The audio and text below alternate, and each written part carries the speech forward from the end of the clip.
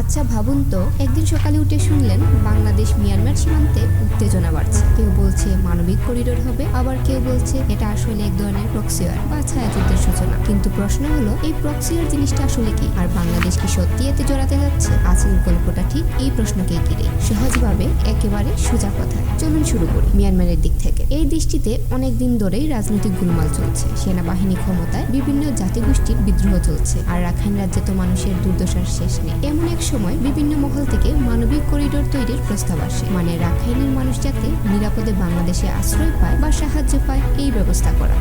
এখানেই শুরু হলো নানা প্রশ্ন। আচ্ছা ধরুন, আপনি একটা ছোট দেশ, আপনার বাড়ির পাশেই গোলমাল চলছে, পাশের দেশটা বারুদে ঠাসা, আর তখন এক বড় দেশ বলে তুমি একটু দরজা খুলে দাও, আমি কিছু সাহায্য পাঠাবো। তবে প্রশ্ন হলো, সে কি কেবল সাহায্য পাঠাবে, নাকি তার আরো কোনো স্বার্থ আছে? বাংলাদেশের জাতীয় নিরাপত্তা উপদেষ্টা খলিলুর রহমান সম্প্রতি বলেছেন, মানবিক করিডোরের নামে বাংলাদেশ যুক্তরাষ্ট্রের হয়ে মিয়ানমারের সঙ্গে কোনো প্রক্সিয়ারে জড়াবে না। এই বক্তব্যের পর থেকে আলোচনায় উঠে আসে, তাহলে কি মিয়ানমার ঘিরে কোনো ছায়াযুদ্ধ চলছে? প্রক্সিয়ার মানে কি? এটা এমন এক যুদ্ধ যেখানে বড় বড় দেশ নিজেরা সরাসরি যুদ্ধ করে না, বরং কোনো ছোট দেশ বা গোষ্ঠীকে অস্ত্র, টাকা, ট্রেনিং দিয়ে লড়াই করা। ঠিক যেমন সিনেমায় দেখেন পেছনে বসে কেউ কলকাঠি ঘোরায় আর সামনে অন্য কেউ লড়ছে, যেমনটা ইউক্রেন, সিরিয়া বা ইরান ইসরায়েল সংঘাত সব জায়গায় দেখা গেছে। তাহলে প্রশ্ন হলো, মিয়ানমার কি এমন এক যুদ্ধক্ষেত্রে পরিণত হচ্ছে? বিশ্লেষকরা বলছেন, চীন, যুক্তরাষ্ট্র, এমনকি ভারত, তিন দেশই চায় মিয়ানমারে তাদের স্বার্থ বজায় থাকুক। চীন চাইছে এদের সীমান্ত নিরাপদ থাকুক আর জ্বালানি নিরাপত্তাও নিশ্চিত হোক।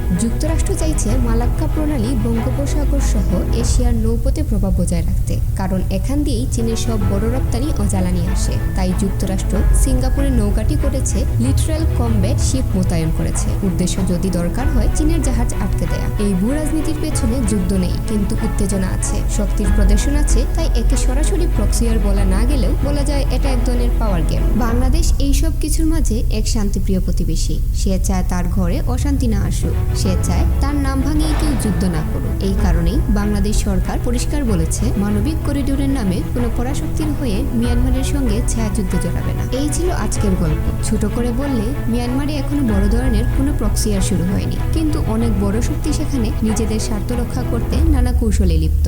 বাংলাদেশ এই সময়টাতে খুব হিসেব করে পা ফেলছে, কারণ এক পা ভুল মানেই বিশাল পরিণতি।